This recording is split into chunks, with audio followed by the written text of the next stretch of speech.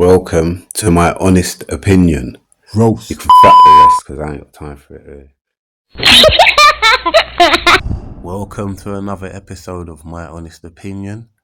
Now, I want to talk about a few things. Yeah, the first thing I want to talk about is what happened after the Man U versus Ipswich game between the pundit Ray Keane and a couple of Ipswich fans that were still left in the stadium. You know, Ray Keane was getting ready to do some punditry after the game. You know, when they stay out on the field, you know, and they do their punditry. Yeah, so he's getting ready to do his punditry, and there's a few fans still in the stadium. Now, I don't know how these fans got left back. Like, ain't they got any stewards at Ipswich? Honestly, like, I used to be a steward. Those fans would have been gone if that was the company I was working for. I'm telling you, they wouldn't have been in the studio. I mean, in the stadium still. Are you mad? Would have got rid of them. You know, told them to fuck off, go home. You're drunk. Get out of here. Scram, vamoose, sayonara, you know, and all that kind of stuff. Out. You're like pests.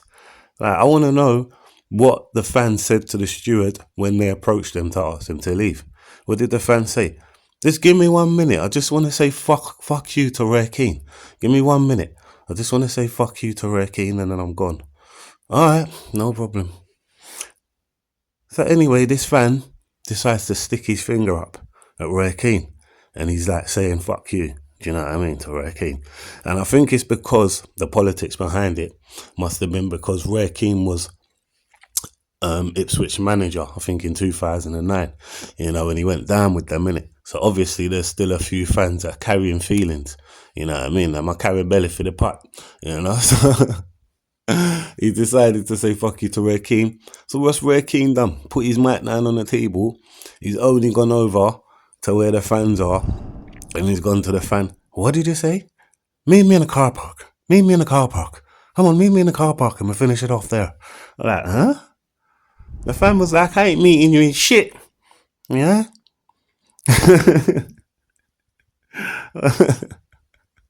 That's all he kept saying. Meet me in the car park. In the car park. You know? It's up for a fight, Ray Keane. You know what I mean? Like, he don't muck about. Even in his playing days. Like, he was more known for fighting than anything else. When I was growing up, do you know what I mean? Brilliant player he was. I'm only joking. Ray Keane was a solid defensive midfielder. Do you know what I mean? But he didn't mind the tear up either. Do you know what I mean? I remember when he had the famous bust up with Patrick Vieira. He used to play for Arsenal, like when Arsenal and Man U were head to head. Do you know what I mean? For the title, where fucking. Yeah, they had a little something going like and fighting a tunnel on the way out to the game and that. Mad. You get what I'm saying? So yeah, Ray Keane's been a madman. He's been a madman still. Do you know what I mean? Meet me in the car park. Come on, in the car park. You know, so up for a scrap. I'm thinking, how old is Ray Keane now? He's got to be in his 60s, like, you know what I mean? Like, easy. You know, and he's just up for a fight, man. You know, but Micah Richards had to save him, though, when the Arsenal fan was going to attack him. That time, I think it was at the Emirates, an Arsenal fan lost himself and he was going to attack Ray Keane. And then, you know how fucking big Micah Richards is. He just got in there straight away, boy, and grips up the fan and said, yo, what are you doing? That's my brethren, innit? What are you doing? Are you mad?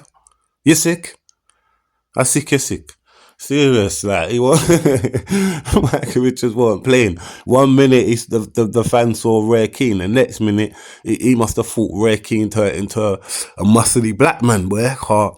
Micah Richards was straight in there, boy. Like, he wasn't fucking about me.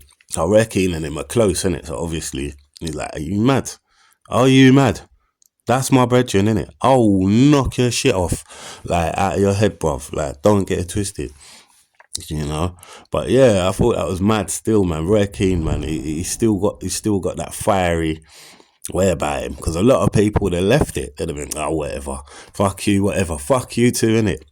But not obviously in their mind, innit? Because they're not even watching them, innit? You're about to do punditry, like you're not even watching the fan, like honestly, like you're not. Do you get what I'm saying? But that's not Ray Keane, innit? That's other ex-footballers that know, you know, they know to kind of stay professional. Do you know what I mean? Because that was a little bit unprofessional, but at the same time, he's only human, innit? So I'm not gonna blame him for going over there and approaching the fan. I'm not gonna blame Roy Keane at all for that. But you do have to remain professional, man. Do you know what I mean? If you're gonna do punditry or whatever, do you know what I mean? I'm sure that's not the first bit of criticism he's had in his punditry career or in his career in general, even as a footballer. Like, the man used to get criticised a lot for the way he is and whatnot. Do you know what I mean? But he's a care not kind of brother. Like, he really is. You don't care, innit? Fucking mental. I'll tell you what else is mental. As a Liverpool fan, seeing that we haven't tied down Mo Salah, Virgil van Dijk, and Trent Alexander's contracts. That's what's mental. Do you know what I mean? Like, I'm looking as a Liverpool fan and I'm thinking, that's half the team. Like, if we let them man go, that's half the team gone, innit? Like, we are finished. It's over. It's done.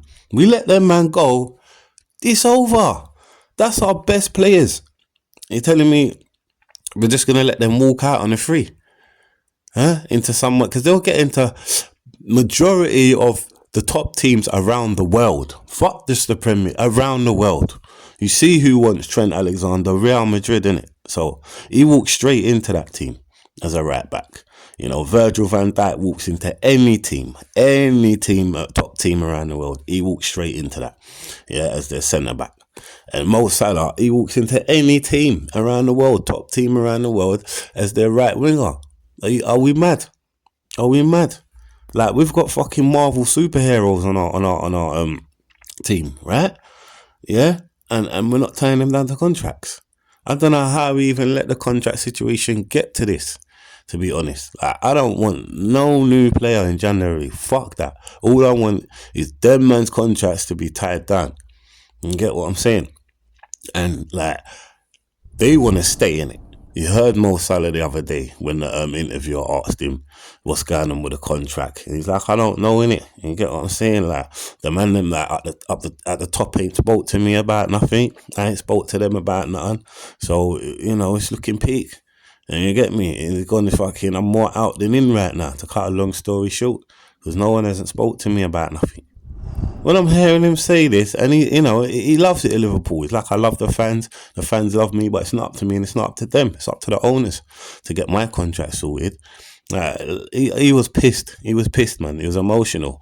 You know, when a man's looking at his shoelaces, like, and he's talking to the camera, like, you know, and trust me, I'm telling you, man, look like they wanted to ball Brad car. He wants to stay in it. He wants to stay. Mohamed Salah does. Trust me. So they need to just sort his contract out ASAP. Do you know what I mean? Virgil, I think they will, though. I think they will. The only person I'm not sure about is Trent Alexander. Do you get what I mean? I don't know if he might be the one to go out of the three of them. But I know Virgil van Dijk definitely getting his contract sorted. 100%. And then Mo Salah will get his contract sorted as well, I believe. They'll come to some agreement, you know what I mean, on those two's contracts. But Trent, I'm not sure. Do you know? Because he's the younger one out of the three of them as well.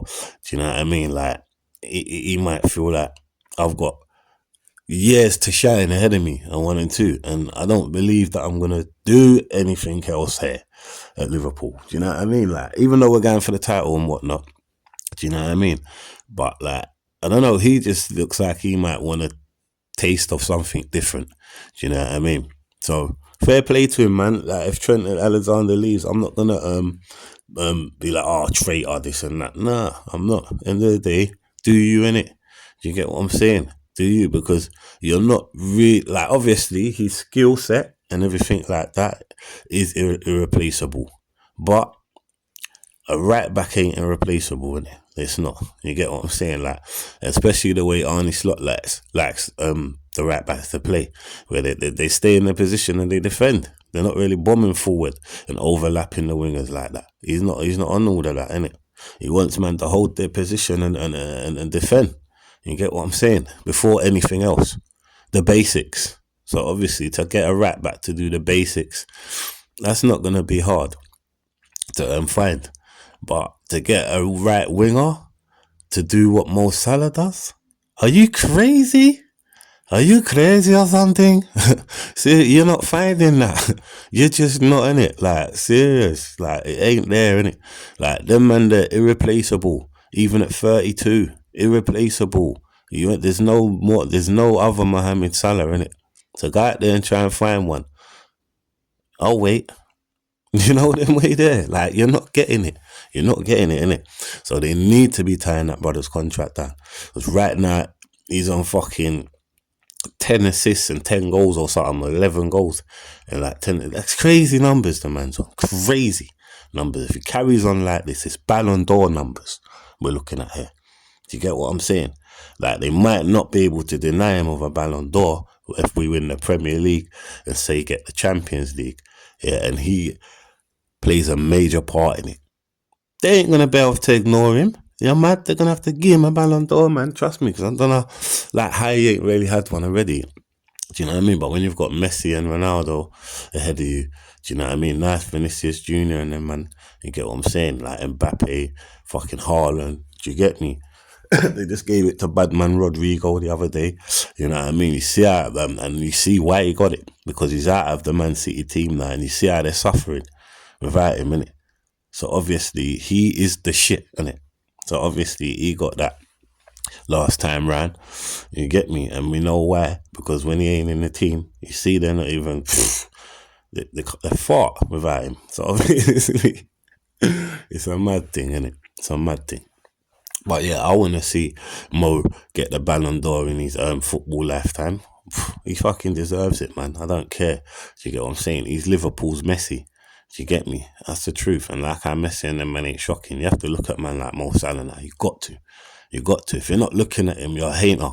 You get what I'm saying? That's the truth. I don't give a shit. And saying, you know what, he's a contender for Ballon d'Or. If he carries on the way how he's going this season, he is a definite contender for the Ballon d'Or. You get me? All we have to do is scrape 2 major trophies, Prem and the fucking Champions League. You get me? And then that's a bad man double. And if we can pick up even a Carabao Cup on that, we've trebled it out. Can't tell man nothing. You better give man what man deserve. You get what I'm saying? And that is the truth. Yeah.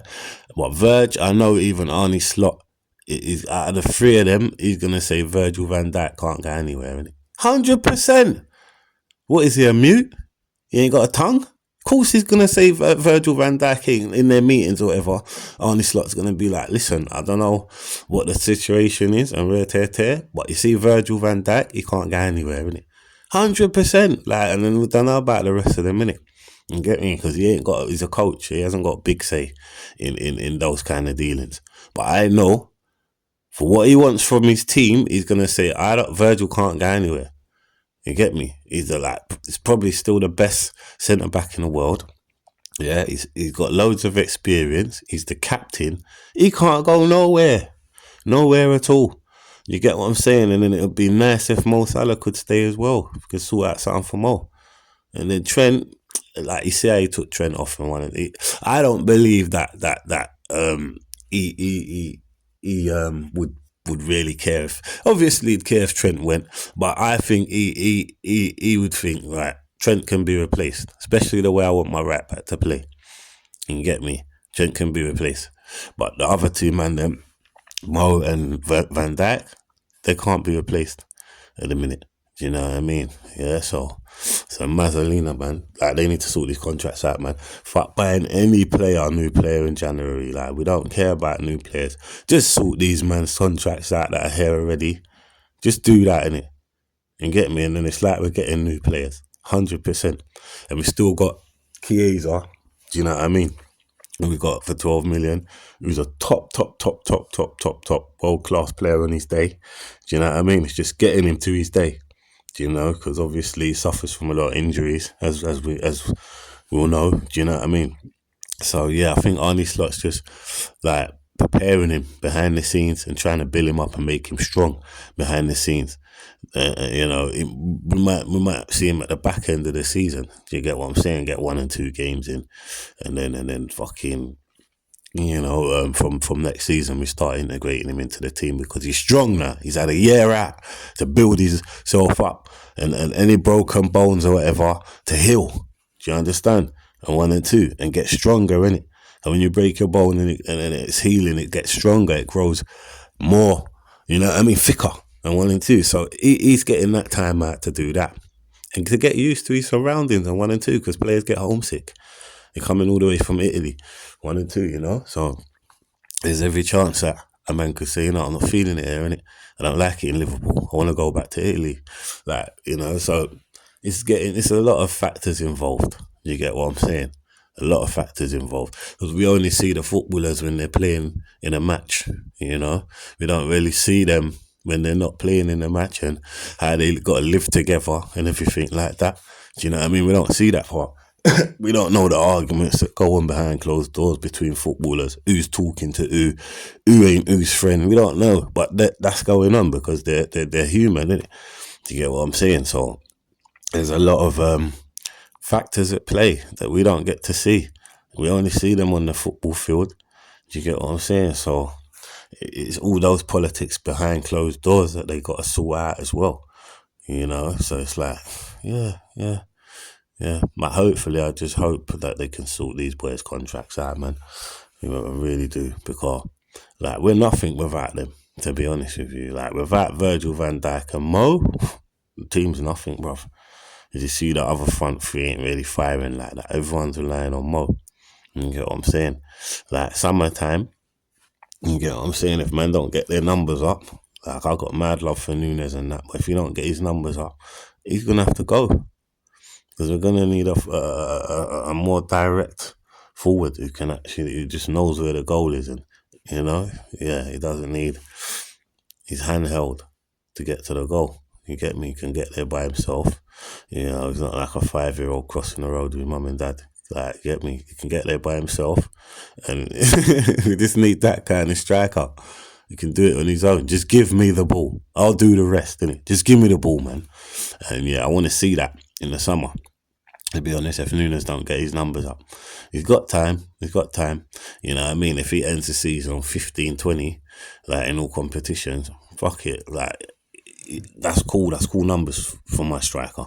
You know, that's the least I want to see a man on, man. All this 15 and 10, I don't want to see it at the end of the season. If that's the numbers we're getting, he's got to go. He's got to go. You get me? Real talk. Even Jota as well. Like, you know, all these injuries and stuff. The last one wasn't his fault, so I'm not even gonna get on to him about the last injury. But I just feel like, if we can't keep him fit, he's got to go. Do you get me? Because at the end of the day, he's a bad man forward, but we can't keep the man fit. Then he don't get any games.